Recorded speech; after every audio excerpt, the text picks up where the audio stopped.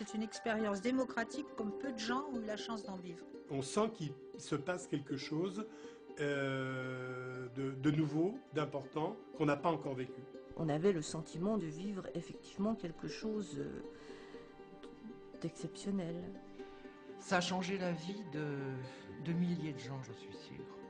C'est le sentiment de ne pas compter, et là, les gens, ils existent.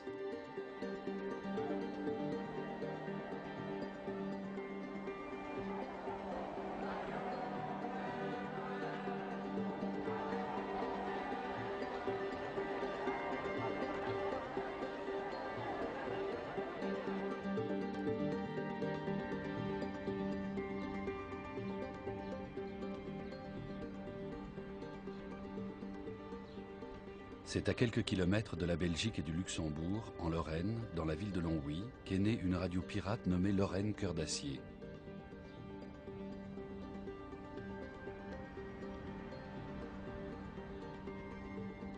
C'était il y a 30 ans, du temps où Longwy était encore surnommée la Cité du Fer. La ville vivait alors au rythme des usines sidérurgiques.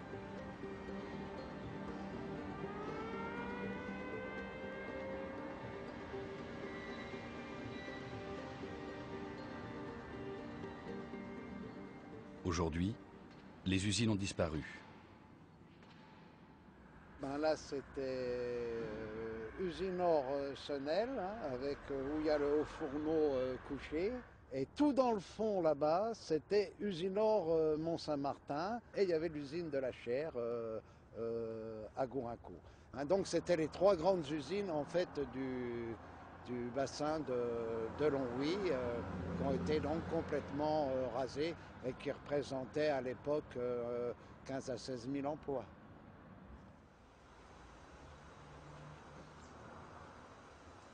Ici, c'était le lieu où il y avait les entrées et les sorties des ouvriers. Les gens allaient à l'usine en sachant que c'était un lieu où les conditions de travail étaient très dures, où on risquait en fait sa vie. Mais en fait, on n'avait pas le choix. On savait que de père en fils, on allait travailler dans la sidérurgie. C'était quand même notre vie, notre travail, notre lieu de travail, même si c'était dur. Ça fait drôle quand on sait qu'il y a eu toute cette vie, quoi. Le 12 décembre 1978, un plan national de restructuration de la sidérurgie est annoncé. Les usines du bassin de Longwy sont très fortement touchées et des milliers d'emplois sont menacés. Le PIO est encore sous le choc. Certes, on savait qu'il y aurait des suppressions d'emplois, mais de là à gommer de la carte l'usine de la Chaire, 3900 emplois à Usinor et même le train Feuillard, on était loin du compte. En 10 ans, le PIO a perdu près de 25 000 habitants. 25% de la population active va être au chômage. Voilà des chiffres qu'on ne discute plus. L'asphyxie lente a commencé. On se doutait qu'il y avait quelque chose de grave qui se tramait. Mais la dimension des annonces, là, nous a surpris. Dans sa brutalité et dans son champ. C'est-à-dire, ça recouvrait énormément d'installations, ça concernait des dizaines de milliers de salariés, c'était considérable. On s'est pris les annonces en pleine figure, comme tout le monde.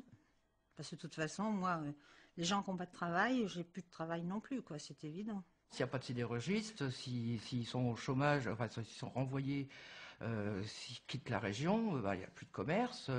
Moi, les élèves, j'en aurai moins. Les écoles, il y aura des classes de fermées. Je veux dire, tout le monde se sent concerné dans cette affaire. Et tout le monde s'est senti concerné. Très vite, la population s'unit autour des sidérurgistes. Et le 19 décembre 1978, Longwy connaît la plus grande manifestation jamais organisée depuis la Seconde Guerre mondiale. Il faisait froid, très très froid. On est tous partis. Déjà le matin, on s'est levé à 5 h du matin, on faisait du barrage sur les routes. On a fermé les rideaux, on a tout fermé. Et je crois que la population entière était là.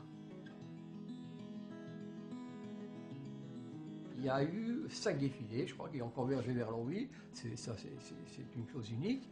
Et sur la place de Longwy, il y a eu On dit 30 000 personnes. Toute la population, tous les élus de tous bords, les commerçants, les gens de la sidérurgie, les enseignants, tout le monde était dans la rue. Le défilé était immense. Durant l'hiver 78-79, grèves, débrayages, manifestations et actions violentes se succèdent. Les sidérurgistes n'ont plus rien à perdre.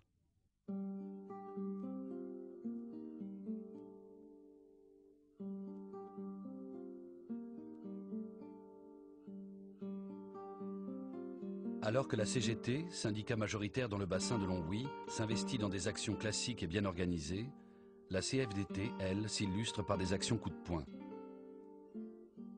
L'idée au démarrage, c'était de ne pas s'enferrer dans la grève, parce qu'on savait que ce serait une lutte de longue haleine et qu'on avait déjà eu des expériences malheureuses où on restait même jusqu'à 45 jours de grève et on n'avait pas satisfaction pour autant.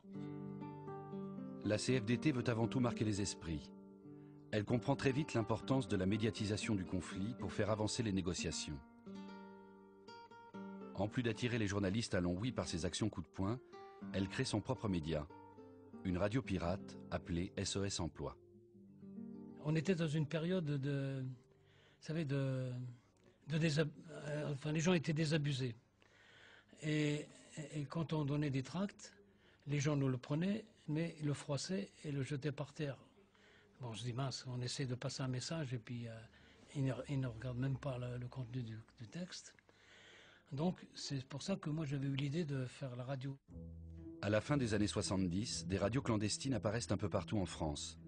Mais elles sont illégales car l'État possède un monopole de radiodiffusion et exerce un contrôle strict sur les médias. Les militants CFDT de Radio SOS Emploi risquent jusqu'à 1 an de prison. Ils sont donc obligés de se cacher et d'utiliser un émetteur de faible puissance qu'ils installent dans les bois pour ne pas être repérés par la police. À Longwy, peu de personnes parviennent à entendre Radio SOS Emploi, mais elle fait parler d'elle et fait des envieux. Ça nous a agacé, SOS Emploi, parce que bon, la CFDT avait fait preuve quand même d'innovation en créant cette radio qui était dans les bois. Et bon, nous à la CGT, la grande CGT puissante qui dominait dans le bassin de Longwy avec le Parti communiste, ne pas avoir notre propre radio, voilà. Les militants CGT de Longwy demandent à leur direction nationale du matériel pour créer leur propre radio. La CGT Paris accepte. Elle y voit un excellent moyen pour mobiliser ses troupes en vue d'une grande manifestation prévue le 23 mars dans la capitale. Mais elle veut une vraie radio, parfaitement audible et professionnelle. Elle se procure donc un émetteur capable d'émettre jusqu'à plusieurs dizaines de kilomètres autour de Longwy et engage 2 journalistes pour l'animer. Marcel Tria, qui a travaillé pour l'émission 5 colonnes à la une, et Jacques Dupont.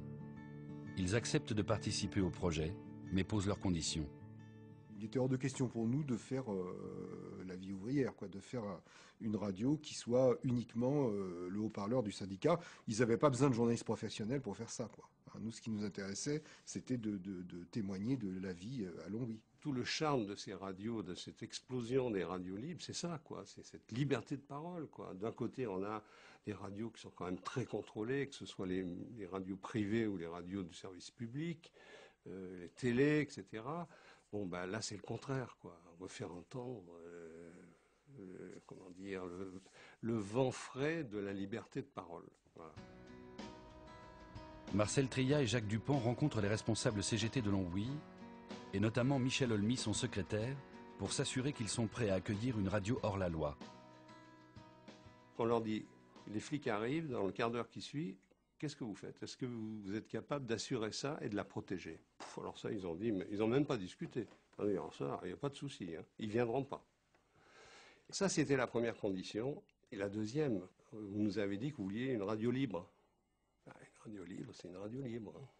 Comment ça veut dire? C'est une radio de libre parole, voilà.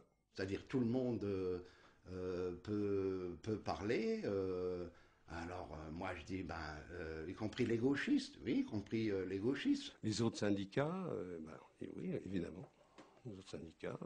La droite, y compris la droite, bon, pas l'extrême droite quand même, non, pas l'extrême droite. Pas les patrons quand même. Mais ce serait génial si les patrons se sentaient obligés de venir discuter, défendre leur point de vue. On les fait sortir du bureau, et puis bon, on se réfléchit, on prend une décision vite, à 2-3. On était fumé des clopes sur le palier, et on les entendait discuter, ça, il y avait des éclats de voix, etc. Bon, ben, ils reviennent, allez, banco, on y va. Ça marche, on accepte une radio au concept d'ouverture de pluralisme.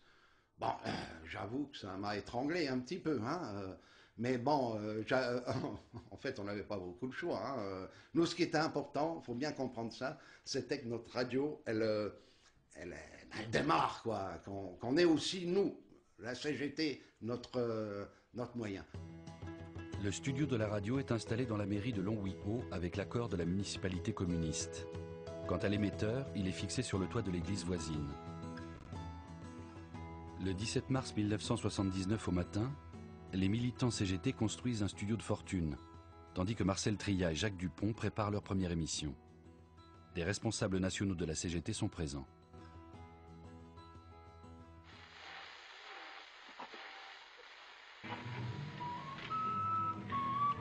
Aujourd'hui, 17 mars 1979, à 16h. Première émission de Lorraine Cœur d'Acier. Lorraine Cœur d'Acier, une radio créée par la CGT et mise à la disposition de toute la population de Lorraine en lutte pour défendre ses emplois, son patrimoine industriel et humain. C'est votre radio. Soutenez-la, participez directement à ses émissions, écoutez-la et faites-la écouter.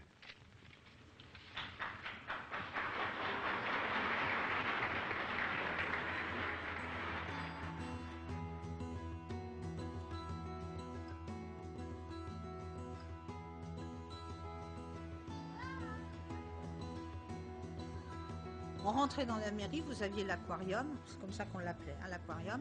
Vous aviez la porte sur le côté, d'ailleurs qu'elle était ouverte, hein, elle n'était jamais fermée. Vous rentriez. Et puis avec des micros, il y avait une table ronde comme ça, avec des micros.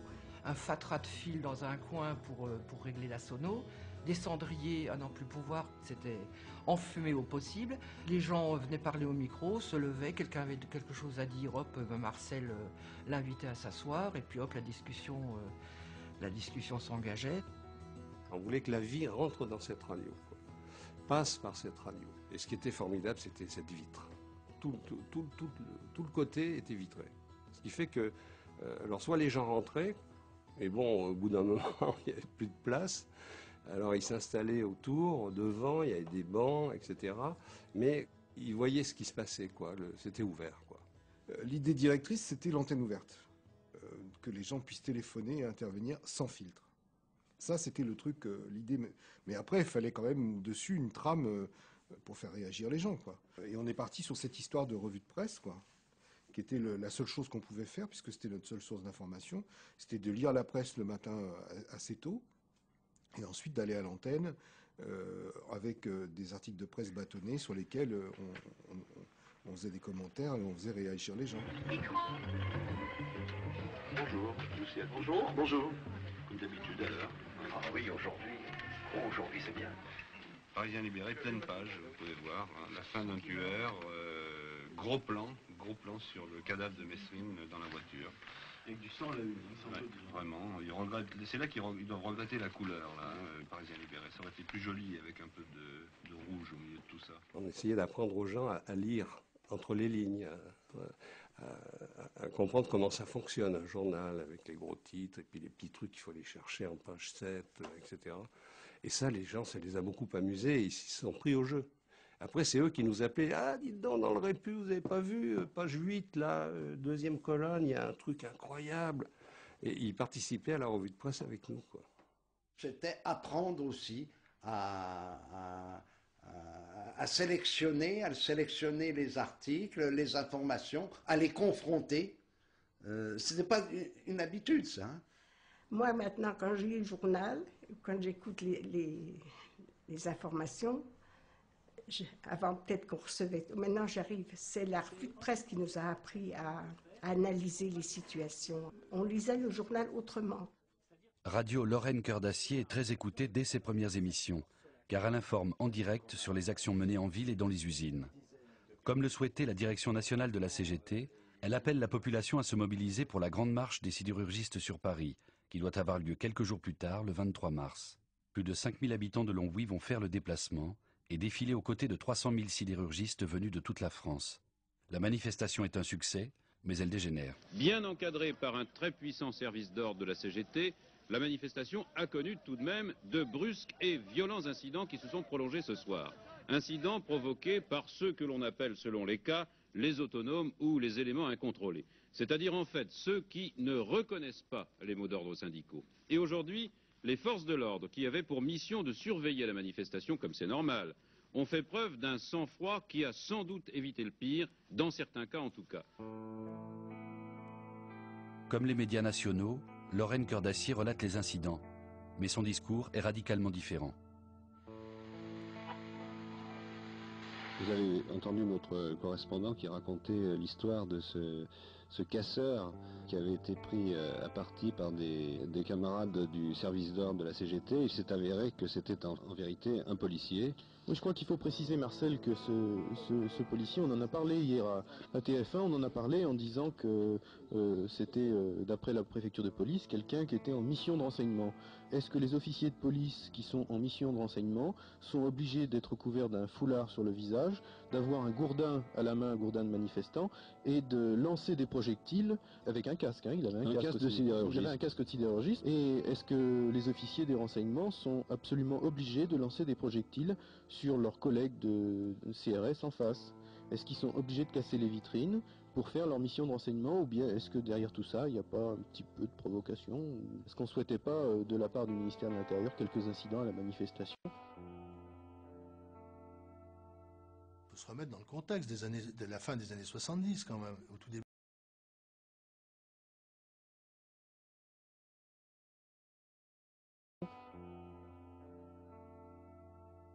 Se remettre dans le contexte de la fin des années 70 quand même, au tout début des années 80, avant 81, avant les radios libres, il n'y avait aucun espace de liberté de parole. Tout d'un coup, on a eu quelque chose qui n'était pas interdit, qui donnait la parole à tout le monde. C'était vraiment la liberté totale. Très fortement soutenue par les élus locaux et la population, Lorraine Cœur d'Acier n'en reste pas moins illégale. La police peut intervenir à tout moment, saisir le matériel et procéder à des arrestations. Mais les habitants de Longwy sont vigilants.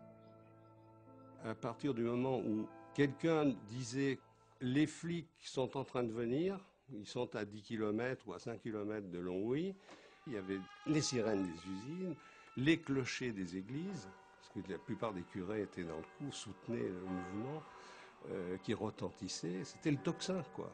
Au bout de 10 minutes, il y avait, je sais pas moi, peut-être 500, 1000, 2000 personnes autour de la radio. Et donc les flics sont jamais venus, quoi, c'est clair. Hein.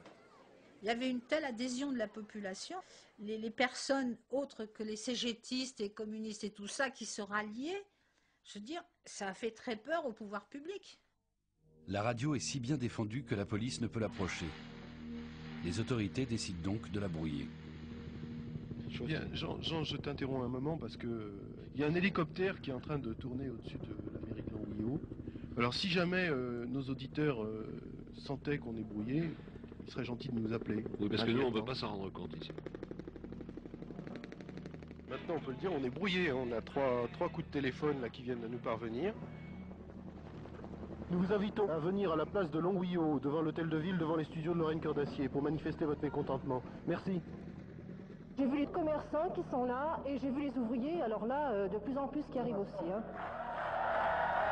Il y a tout un atelier qui est venu nous voir, qui a débrayé à propos du brouillage.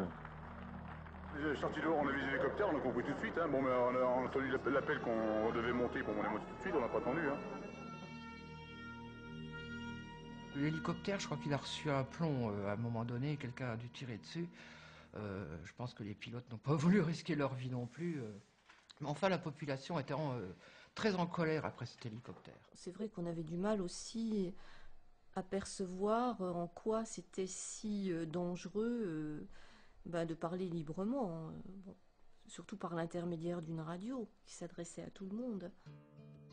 Face aux réactions de la population, le brouillage par hélicoptère est arrêté. La radio peut continuer à émettre. La situation de la sidérurgie et les actions syndicales restent la préoccupation principale à l'antenne. Mais de nouvelles émissions se développent. Lorraine Cœur d'Acier commence à faire parler d'elle et de nombreuses personnalités viennent s'exprimer à l'antenne. Guy Bedos, Françoise Giroud, Albert Jacquard, Alain Krivine ou Daniel Cohn-Bendit, entre autres, viennent débattre avec les habitants de Longwy en direct. Ces émissions ont beaucoup de succès, tout comme les débats qu'organisent Marcel Trillat et Jacques Dupont sur des thèmes parfois très sensibles à l'époque. Je me rappelle d'une émission sur la guerre d'Algérie par des anciens d'Algérie. C'était bouleversant parce que c'était la première fois que ces gens-là évoquaient, ils ne l'avaient même pas fait dans leur famille, les choses qu'ils avaient pu faire ou commettre pendant la guerre d'Algérie. Et je me rappelle d'un gars qui est intervenu au téléphone à ce moment-là, qui nous a traités de salauds, quoi, grosso modo, et qui avait été parachutiste, je crois, et qui justifiait la torture d'Algérie. Et on lui a dit, viens, venez au studio, venez nous dire tout ça, on vous assure votre sécurité, il n'y a pas de problème, mais venez le dire. Nulle part on entendait des gens aussi opposés les uns aux autres se respecter et se parler sans aucune animosité en dehors de la vivacité du débat. Eh bien voilà, c'est ça le dialogue, c'est ça le débat. On n'est pas d'accord, on se le dit, on se dit pourquoi, on discute et puis on avance. Et puis peu à peu, ils se sont habitués à ça, quoi. Et ils y ont pris goût. Françoise, je crois que tu voulais dire un mot Oui, aussi. moi je voulais dire un petit mot. Ça m'a appris, la radio, à être un petit peu moins sectaire. Ça m'a montré quand même que c'est vrai qu'il faut donner la parole à tout le monde. Et comme on a le droit de réponse, voilà. Au contraire. Tout le monde sans exception, Françoise tout le monde sans exception. Plus des petites exceptions. Moi, je fais quelques petites exceptions. Pour l'instant. 6 mois de radio, puis encore un petit effort. Vous m'avez appris quand même, oui, Encore un petit effort. C'est vrai, c'est vrai. C'était vraiment une radio de libre parole et il s'y disait des choses qui ne plaisaient pas à tout le monde. La critique sur l'Afghanistan, etc., la critique sur les pays de l'Est faisait que la CGT nationale et une partie de la CGT locale ne pouvaient pas supporter ça bien longtemps. Ils n'ont pas mesuré où ça allait les mener d'avoir accepté dès le départ l'ouverture totale. C'est plus les dirigeants de la CGT, le bureau confédéral qui tenaient ça. Ça leur échappait, quoi. Et ça leur échappait. Et ça c'était pas acceptable. La radio fonctionne depuis à peine un mois et commence déjà à irriter la CGT. Trop de personnes aux opinions différentes des siennes s'expriment au micro. La liberté de parole et l'ouverture à tous ne font pas l'unanimité. Il faut s'entendre sur les termes, laisser s'exprimer. Il ne s'agissait pas de s'exprimer, il s'agissait de débattre. C'était l'idée de la confrontation, et non pas de laisser parler. On n'était pas un service public où les autres pouvaient s'exprimer. On était pour débattre de nos idées avec les autres. C'est différent. La CGT convoque à Paris ses responsables locaux, ainsi que Marcel Trillat et Jacques Dupont. Elle veut les convaincre de réorienter la radio sur des discours plus conformes à ses positions. Ils refusent. On disait, écoutez, nous on pense que ça n'a aucun intérêt de faire une radio où on n'entend que la voix de la CGT, parce qu'ils la connaissent. Il suffit qu'ils lisent La Vie ouvrière, qu'ils discutent avec, qu'ils écoutent leurs délégués, et, ils savent ce que pense la CGT. Ce qui est intéressant, c'est le débat, c'est d'écouter les autres et de leur répondre. Au contraire, ça leur permet de s'aguerrir, de mieux débattre, de mieux défendre leurs idées, etc. Non. Dialogue de sourds complet. Non. Une radio de la CGT, on doit entendre que la CGT. Ça me semble une question importante. La direction nationale n'insiste pas. Elle ne souhaite pas contrarier ses militants locaux. Il est possible également qu'elle n'estime pas nécessaire d'intervenir, puisqu'elle sait que l'État se chargera lui-même de faire taire cette radio pirate. Et en effet, le 16 mai, le brouillage recommence. Cette fois-ci, il provient d'une balise permanente installée sur l'antenne de télévision du Bois de Chat. Lorraine Cœur d'Acier devient presque inaudible.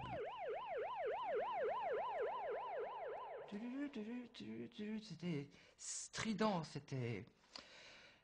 agaçant au possible et très fort. On ne savait plus si les gens nous entendaient, et voilà, si c'était uniquement un petit noyau qui nous entendait. Ça nous a monté au moral. Et un matin, avec Marcel, on a pris la décision d'arrêter. Et donc, on a lu un communiqué à l'antenne où on disait, dans les conditions qui nous sont faites, on ne peut plus continuer, on arrête. Et je me souviens des gens qui arrivent sur la place et qui nous engueulent. Qui nous engueulent en disant, c'est pas à vous la radio, vous n'avez pas le droit de l'arrêter. Pourquoi vous faites ça? Ça s'est traduit par une énorme manif, des milliers de gens qui sont montés au Bois de Chat, nous avec Dupont, on était tous les deux dans le groupe de tête, et on s'est retrouvés alors là en face d'une armée de CRS. Il y a des enfants, il y a des personnes âgées, il y a toutes sortes de gens. C'est pas des gens qui montent avec le casque, faire le coup de poing, puis on va casser tout ça, pas du tout. Il n'y a aucune violence. Et on se fait tirer dessus. Et voilà, alors, on se fait tirer dessus, des grenades détonantes, et c'est la panique. Et là, je me suis retrouvée en première ligne avec un blessé de chaque côté de moi. Un qui a eu la jambe ouverte et un autre qui s'est pris une grenade dans la figure. D'ailleurs, je crois qu'il a perdu un œil. C'était hallucinant. C'est la colère, les gens sont en colère, les gens sont désemparés, mais très, très, très en colère.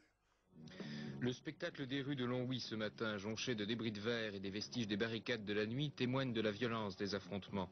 Les premiers accrochages ont commencé vers 22 h à proximité du relais de télévision du Bois du Chat. Les manifestants, plus d'1 millier, étaient venus protester contre le brouillage de la radio libre Lorraine Cœur d'Acier installée par la CGT. Les forces de l'ordre ont cherché à protéger les installations, dit la préfecture. La CGT les accuse d'avoir pris l'initiative de l'escalade de la violence. Les gens avaient rapidement compris, très rapidement compris, quelle importance ce nouvel outil avait pour eux. C'était vraiment existentiel. Il ne fallait pas leur enlever. Les manifestants n'obtiennent pas l'arrêt du brouillage. Mais la radio continue d'émettre, car une équipe de militants appelés les débrouilleurs a trouvé des moyens insolites pour améliorer la réception. Je peux mettre la radio où je veux, mais on ne l'entend plus, elle est brouillée. C'est brouillé, il faut les faire débrouiller par Jean-Claude. Ah bon. Bah oui, tiens, tu t'inscris au tableau qui est là, tu vois, il y a un tableau qui est marqué débrouillage, il passe, il note les adresses et il passe chez vous, vous débrouillez. Bon, bah, je leur dirai, parce que c'est pas chez moi, mais sinon je l'écoute. C'est le service après-vente de LCA. Bon, d'accord. Rapide et pas cher. Il y a eu toutes sortes de trucs un peu rigolos, quoi. Il y avait des gens qui nous appelaient parce qu'ils mettaient le poste de radio dans le four de la cuisinière, ça faisait cage de je sais pas quoi, et ça empêchait le brouillage. Ou alors un fil de cuivre, un robinet d'eau et à l'antenne du poste, je crois que c'était comme ça. Oui. Une espèce d'antenne qui passait je sais plus où et qui se terminait dans un vase d'eau. Ça ajoutait du sel en plus, hein. C'était rigolo, quoi, parce que il y avait un côté Robin des Bois, qu'on va les avoir, puis on arrivait à les avoir, c'est formidable. En juillet 1979, alors que la radio fête l'arrivée des vacances, la CGT nationale décide de ne plus la financer. Officiellement, elle souhaite créer d'autres radios de lutte en France pour soutenir d'autres mouvements sociaux. À Longwy, la lutte est terminée et la radio n'est plus nécessaire pour mobiliser. Les licenciements ont déjà commencé. Les usines vont irrémédiablement fermer.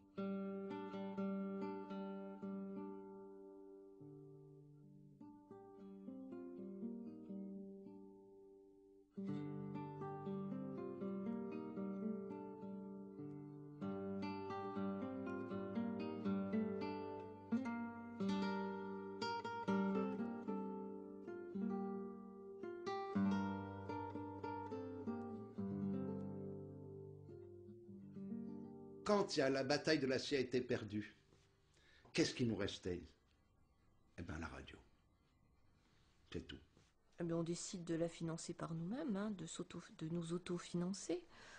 Donc c'est là qu'on va passer à la phase où on va notamment organiser des quêtes sur la voie publique, où on va créer l'association des amis de LCA avec une forme de cotisation aussi des adhérents pour faire fonctionner la radio. Moi, je me souviens, les gens venaient, moi je donnais 100 francs, 200 francs pour la radio. À la fin du mois, regardez ce qui restait sur nos salaires et hop, ça allait pour payer les journalistes. Excuse Alain. Oui, mais j'excuse tout à fait. C'était des copains qui ont été collectés devant le rond-point, le supermarché rond-point. et qui ont déversé toutes les pièces de monnaie qui ont été collectées sur la journée, table. 280 000. Pour une seule journée? Une seule journée. Une seule journée, oui. 2 heures le matin, 3 heures l'après-midi. 2 heures le matin, 3 heures l'après-midi, en 5 heures. Pour la fidèle alors on remercie tous les gars qui ont collecté, les femmes qui ont collecté. Oui. Et on souhaite que demain, il y ait encore beaucoup de volontaires pour collecter encore demain. Je pense qu'ils ont espéré nous asphyxier financièrement et qu'ils ont sous-estimé notre capacité à récolter de l'argent. On a ramassé 400 000 francs pour la faire fonctionner, cette radio. Il y a quand même des gens qui ont mis la main à la poche, et c'était des ouvriers, et c'était par des quêtes, c'était par des pièces de 1 franc, à l'époque. C'était par des pièces de 1 franc, c'était, bon, il y avait des billets, on a aussi eu des dons par des gens qui sont morts et qui avaient laissé de l'argent pour la radio. C'était vraiment, donc c'est vraiment qu'elle répondait à un vrai besoin. J'ai l'impression que beaucoup de gens comme ça se sont complètement impliqués dans cette radio grâce à l'intérêt qu'on leur portait. Les gens n'étaient plus ouvriers cantonnés dans leur usine, ils devenaient des personnes que l'on considérait, des gens qui étaient capables de parler de leur vie simple, sans avoir honte d'en parler, parce qu'il n'y avait strictement pas de honte à parler de sa vie, mais qu'en plus elle était intéressante, cette vie, qu'il y avait des choses à dire, et en dehors, qu'il y avait une vie en dehors de l'usine.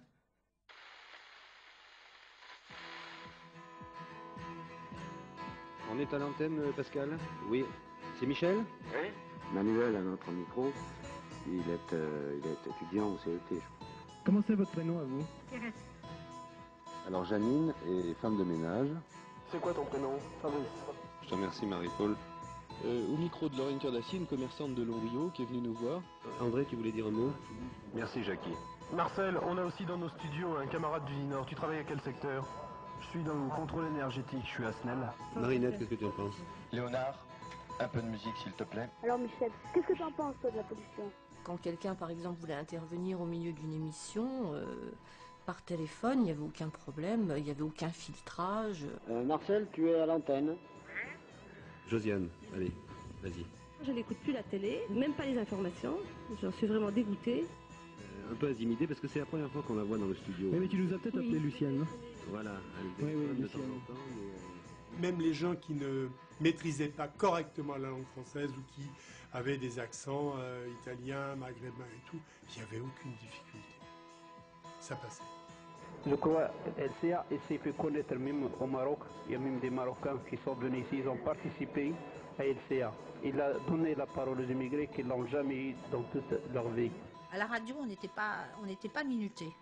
Vous vouliez parler 1 heure, dans la mesure où il y avait toujours des gens qui vous écoutaient, vous parliez 1 heure. J'écoutais la radio, mais je pouvais l'écouter jusqu'à 11h du soir. On ne disait pas à 8h on ferme tout, hein. C'était non. J'ai bien la cigale à la fourmi, mais je me souviens plus. Essaye, va. Ah non, je ne sais pas. Oh, combien de marins, moi je suis combien pour. de capitaines Moi je suis pour. C'est là. qui sont partis joyeux. C'est pour ça les la cigale et la fourmi? Alors si vous n'êtes pas d'accord, vous téléphonez. Si la radio a rencontré un tel succès d'écoute et de participation, c'est sans aucun doute grâce à la personnalité de Jacques Dupont et de Marcel Trillat. Ils n'ont pas été les seuls à l'animer, mais sont restés les 2 figures emblématiques de la radio. Leur complicité et leur sympathie ont mis en confiance les habitants, qui les ont adoptés. Pour nous, les papas de la radio, c'était pas CGT, c'était pas Saint-Jean, c'était pas des gens qu'on ne voyait jamais, qu'on ne connaissait pas. C'était Dupont et Trillat et Dupont. La population les avait pris en amitié, si vous aimez mieux. Alors bon, ils allaient manger chez les militants. Il y avait un tableau derrière nous dans la radio où les gens s'inscrivaient pour nous inviter, pour vous dire qu'on a été quand même plutôt bien accueillis. C'est que ça se bagarrait, il y avait des trucs à l'avance, on était invités 1 mois à l'avance. Ils nous emmenaient dans la nuit, à droite, à gauche, dans les villages, les hameaux voisins. Ils nous emmenaient chez eux. Et là, c'était des repas de mariage. Il y avait l'hospitalité lorraine et italienne, c'est-à-dire que quand on était invité, c'était rarement une salade verte et un morceau de fromage. C'était des plats bien copieux. Des capelletti, des raviolis, qu'est-ce qu'on a pu en bouffer, mais ils étaient formidables, très très bons. Et bien arrosés aussi, en général. Donc de temps en temps, avec Marcel, on inventait des noms. On mettait, 1 fois par semaine, on mettait un nom bidon. pour pouvoir rentrer dans notre HLM, manger une boîte de sardines, manger léger et regarder un western en allemand. Vous vous rendez compte, 3 semaines à l'avance et tous les soirs un repas de mariage et puis un autre le lendemain, puis voilà. À tel point qu'à certains moments, avec Dupont, on leur disait, écoutez, on va crever, quoi. Il faut se calmer, là, parce que d'abord, là, il faut arrêter l'alcool de Mirabeau.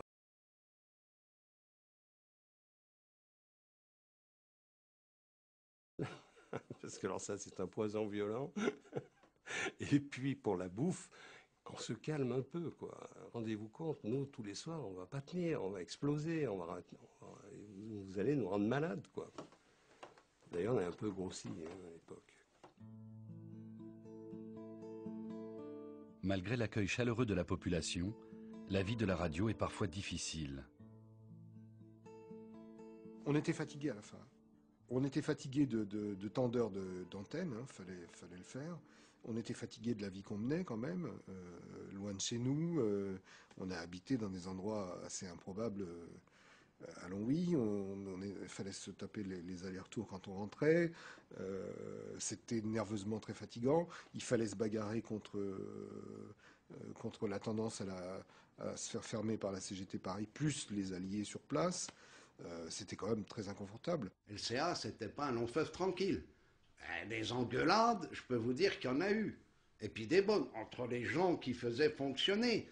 Je ne parle pas des engueulades avec les organismes dirigeants, je parle déjà entre nous. Les gens n'étaient pas d'accord avec nous, ils nous engueulaient. Eh bien, c'est possible. Ça fonctionne. C'est pas le bordel, c'est pas le cafouillage. Non, ça marche très bien. C'est tout à fait jouable.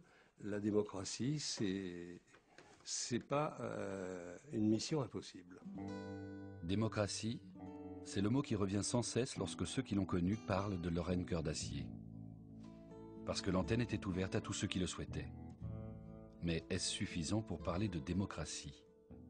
Elle était ouverte à tous, sans aucune hiérarchie de sociale, de parole ou de quoi que ce soit. Il n'empêche qu'au bout du compte, il y a là aussi, même dans un exemple de démocratie aussi poussée, une sorte de prise de possession par un groupe, mais pas organisé et pas délibéré, et pas pour détenir des positions de pouvoir, presque naturellement. Oui, c'est vrai qu'il y a forcément toujours un groupe autour qui s'approprie la parole, qui se sent à l'aise, qui a envie de le faire. Mais il y avait plein d'autres gens qui téléphonaient ou qui venaient. Il y a des gens qui n'ont pas osé s'exprimer, parce qu'il y en a qui n'ont pas pu combattre, mais qui étaient là tous les jours derrière la vitre d'aquarium. Des femmes qui venaient tricoter, on leur a demandé de parler, mais ça non, elles ne voulaient pas. Mais ils étaient là, ces gens-là. Et en fait, s'ils étaient là, c'est que ce qu'on disait, ce qu'on faisait leur convenait. Les femmes sont très nombreuses à écouter Lorraine Cœur d'Acier. Peu à peu, elles vont elles aussi s'installer derrière les micros et prendre la parole. Au début, toute la partie technique était assurée par des hommes. On était quand même dans un milieu un peu macho, hein. Sidérurgie plus immigration italienne. C'est pas ce qu'on fait de mieux en matière de libération de la femme. Et petit à petit, la partie technique a été envahie par les femmes, et c'est elles qui ont commencé à faire marcher la radio, à apprendre la technique et tout ça. Et puis bon, quand on les voyait s'occuper des micros, on les lançait en direct. On leur disait, dis donc, toi, une telle, qu'est-ce que t'en penses? Et alors au début, elles étaient affolées, quoi. Alors elles ne voulaient pas répondre et tout. Et puis peu à peu, elles s'y sont mises. Une petite question en entraînant une autre. Elles avaient envie de parler de leur vie et puis de leur vécu. Et ensuite, elles étaient invitées à LCA et allez hop, ça commençait. Un beau jour, elles ont dit, on va faire une émission sur la contraception, l'avortement, etc., etc. Bon, on dit, ben d'accord, allons-y. Pour le planning, la limite, elle est fixée par justement la limite dans le code pénal entre avortement et infanticide. Il n'y a personne qui a pu se faire avorter ici à Longwy. Alors il faut aller à Thionville, Briey ou Nancy. Ça en est là. Ah oui, oui. Un cri de toutes les souffrances vécues qui ont explosé. La sexualité, on n'en parlait pas dans les couples. On n'en parlait pas, puis tout d'un coup, on s'est aperçu que ça ne marchait pas. Quand vous vivez dans des HLM et que vous entendez tout ce qui se passe dans la chambre à côté, les conditions de vie, là, ça c'est très important. Comment voulez-vous que des couples ils vivent pleinement leur sexualité, là? C'est des choses qui... Et là, ça vient dans nos organisations syndicales. Maintenant, on commence à en parler. Moi, je n'ose pas faire l'amour parce que la voisine à côté l'entend. Hein, c'est drôlement... On a besoin d'autre chose pour faire l'amour. Il se disait des choses qui étaient tellement... qui remuaient les gens, qui m'ont remué moi aussi, hein, de toute façon. Il y a des prises de... Enfin oui, parce qu'il n'y a pas de raison. Les choses qu'il disait, c'était... devait avoir un impact quelque part ensuite. Éditeur français émigré du bassin de Longwy, bonjour. Nouvelle émission Paroles aux émigrés, série animée, sera animée par Najia Belasser et moi-même Mariama. يعني إجراءات غير إنسانية وغير لائقة وما كيتقبلهمش أي عقل إنساني. Voilà Najia, qu'est-ce que tu nous as préparé là par rapport aux enfants immigrés? Moi, j'ai pensé à l'occasion d'aller de l'enfance, j'étais demandé aux enfants des immigrés ce qu'ils souhaiteraient. Alors là, on m'a dit beaucoup de choses. Les immigrés, je ne pouvais pas les voir. Pas du tout, point que on était dans un bar, s'il y en avait un qui se mettait à côté de moi, j'avais l'épaule qui redressait, puis j'allais jusqu'à leur chercher querelle. Puis ils sont venus ici, on a fait des émissions sur les immigrés, ils ont expliqué leur vie, qu'ils restent 2 ans sans rentrer chez eux, qui sont obligés de leur envoyer pratiquement 3/4 de leur salaire pour vivre chez eux et tout ça. Et petit peu, ça m'a amené à mieux les considérer. Et puis maintenant, je suis rentré au MRAP. J'ai pris une carte au MRAP, j'ai même un travail au sein du MRAP. Alors ça, c'est pas mesurable, hein, mais comme ça, il me semble que les gens sont mis à parler entre eux, aussi bien dans les familles, les hommes avec les femmes, les enfants, avec les parents. C'était devenu une radio où tous les gens se rencontraient sans... il n'y avait plus de barrière sociale. Et ça peut-être dérangé après. Au début de l'été 1980, les luttes pour conserver la sidérurgie à Longwy sont terminées depuis 1 an. Malgré cela, Lorraine Cœur d'Acier poursuit ses émissions. La direction nationale de la CGT est toujours décidée à arrêter cette expérience qui s'éternise, alors que le mouvement social a cessé.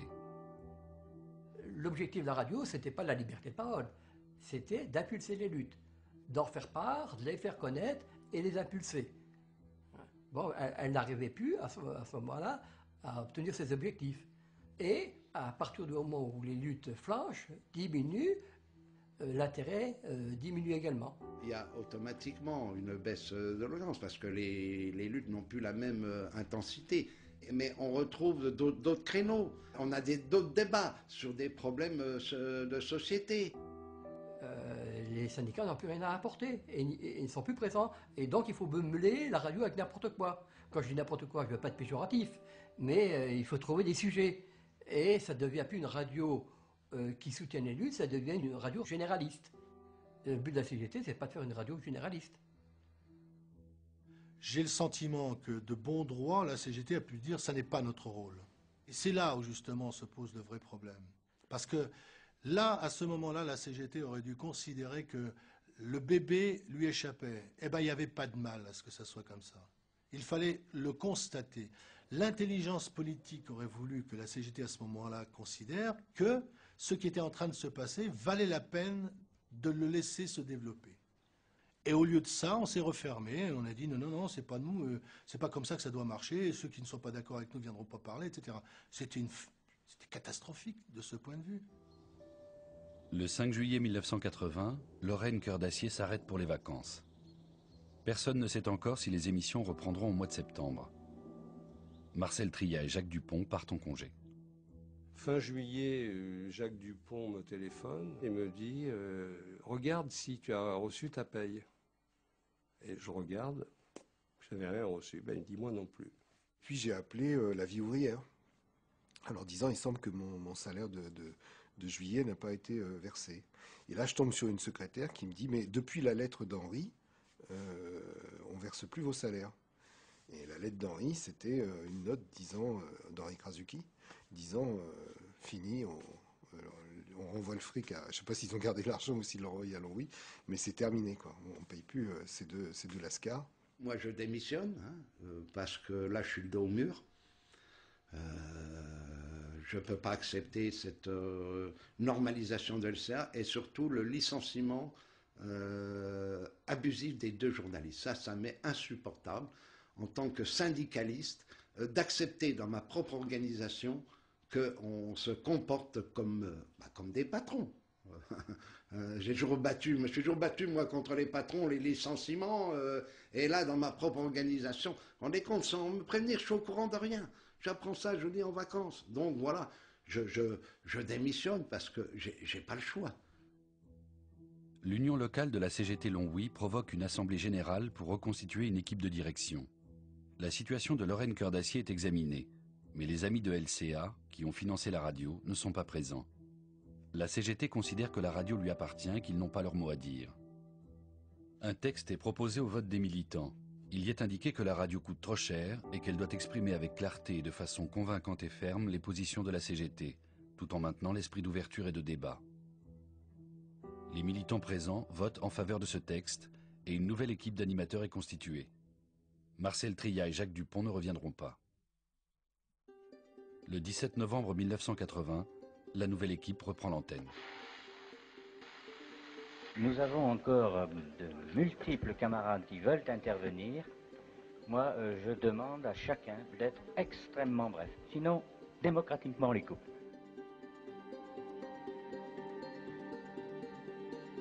Il n'est pas interdit dans les syndicats de se prononcer sur ces questions et de nous faire connaître vos positions, mais ce soir, tu t'arroges un droit immense, qui est celui, toi, d'utiliser ton adhésion à la CGT, la radio de la CGT, pour contester hors des structures de la CGT la politique délibérée dans les instances de la CGT. Mais tu te rends compte, camarade, mais moi je ne me permettrai pas. Je ne me permets pas. Mais ça, je ne transigerai jamais là-dessus. Et si je devais le faire, je dirais à la direction confédérale qu'une radio pose problème parce qu'elle encourage un débat en dehors des structures de la CGT. C'est grave. Et j'en appelle à ta responsabilité de militant. J'ai écouté le jour de la reprise pour voir l'étendue des dégâts, je m'en suis rendu compte et j'ai plus jamais réécouté LCA. C'était plutôt une radio de, allez, je vais dire le mot, propagande. On pouvait plus retourner en arrière, les gens ne pouvaient plus retourner en arrière. Et ça, là-haut, à Paris, ils n'avaient pas compris, hein, ça.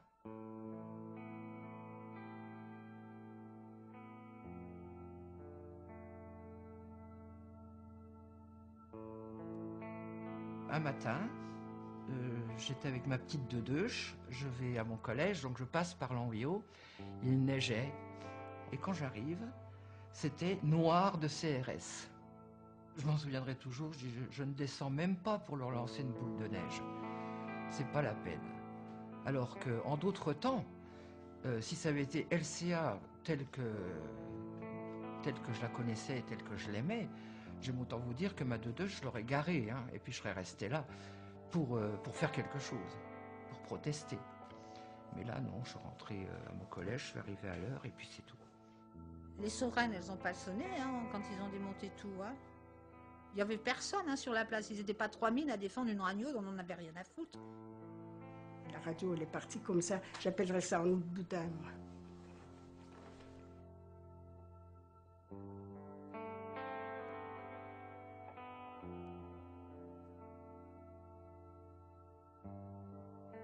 Ironie de l'histoire, c'est quelques mois à peine après la fin de Lorraine Cœur d'Acier que François Mitterrand est élu à la présidence de la République et qu'il décide de mettre fin au monopole de l'État sur la radiodiffusion.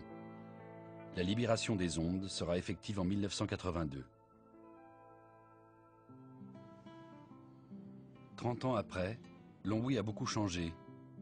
Un cinéma remplace l'usine de la Chière, un supermarché celle de Mont-Saint-Martin, et les bulldozers préparent le terrain pour la construction d'un Golf 18 roues, là où travaillaient près de 5000 sidérurgistes de l'usine de Senel.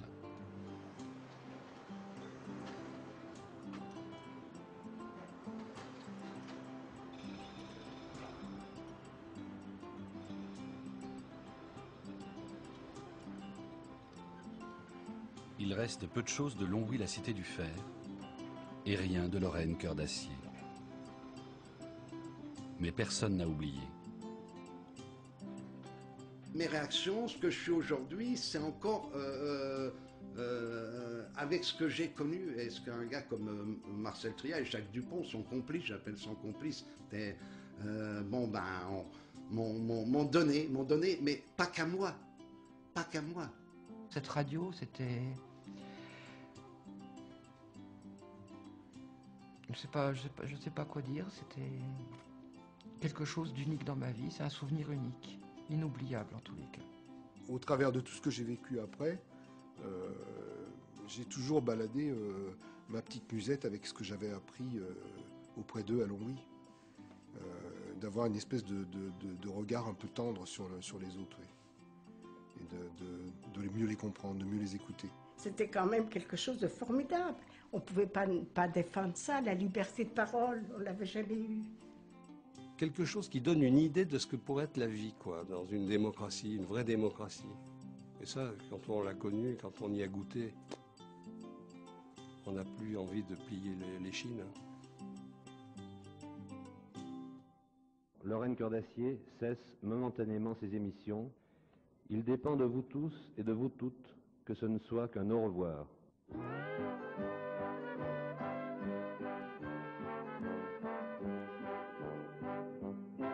Attendez voir. Accroche à ton cœur un morceau de chiffon rouge. Une fleur couleur de sang.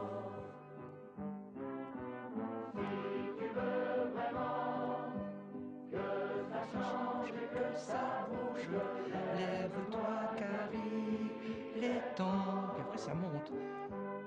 Tu crevais de faim dans ta misère.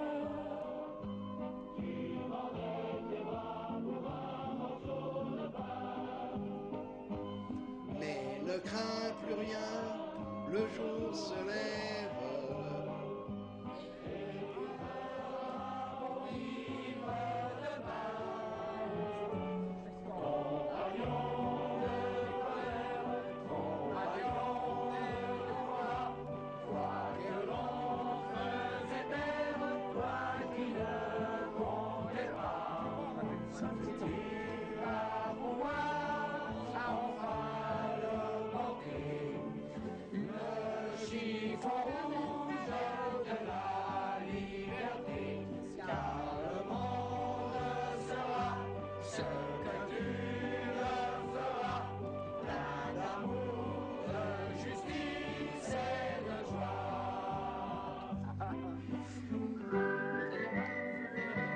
C'est pas beau ça?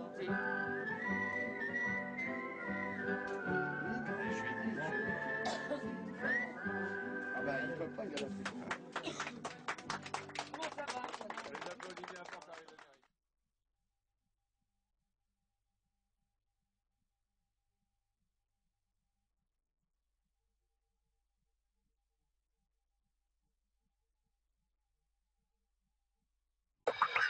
Quelques